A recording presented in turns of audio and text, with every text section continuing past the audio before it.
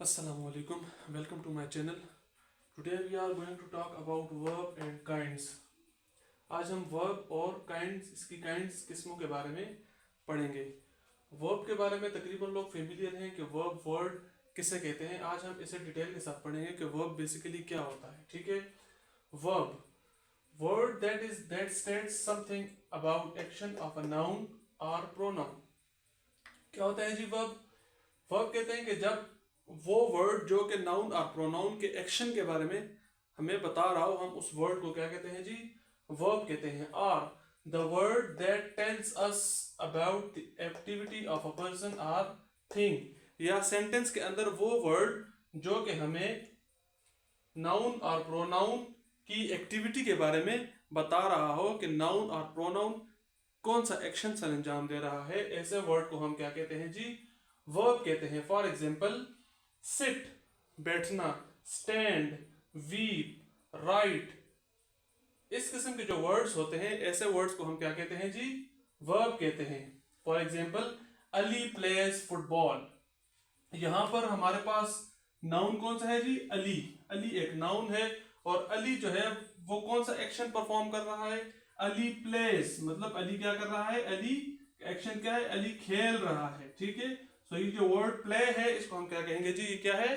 Verb. इसी तरह, he has gone to school, वो स्कूल चले गए. अब यहां पर जो वर्ड है गॉन, एक्शन क्या है जी? कि वो चले गए. सो ये जो वर्ड है इसको हम क्या कहेंगे जी? वर्ब कहेंगे.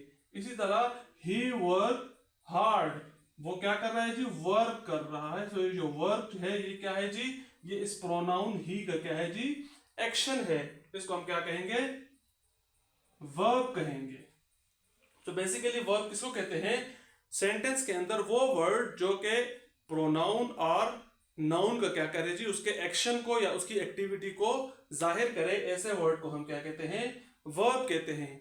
आगे जाते हैं जी. आगे काइंड्स ऑफ वर्ब. यहां पर हम बेसिकली 3 काइंड्स को डिस्कस करेंगे. सबसे पहले है जी ट्रांजिटिव वर्ब. अब ट्रांजिटिव वर्ब कौन सा होता है? ऐसा verb action passes from doer to object. ऐसा वर्ब जिसमें जो एक्शन हो रहा है उसके लिए ऑब्जेक्ट की जरूरत पड़ती है. मतलब ये कि सेंटेंस के अंदर जो एक्शन है वो उसके लिए ऑब्जेक्ट की जरूरत पड़ती है. ऑब्जेक्ट के बगैर वो सेंटेंस कंप्लीट नहीं होता. ऐसे वर्ब को हम क्या कहेंगे जी? Transitive verb. एग्जांपल की तरफ देखते हैं. ही किल्ड अ लायन, उसने एक शेर को मारा. यहां पर जो वर्ड है किल्ड, ये जो एक वर्ब है, इसके लिए ऑब्जेक्ट की जरूरत है लाइन.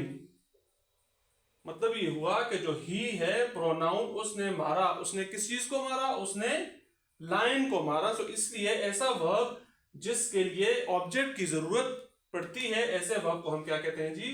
Transitive verb. दूसरा आगे जी, शी ड्रिंक, उसने पिया. अब उसने क्या पिया? मिल्क.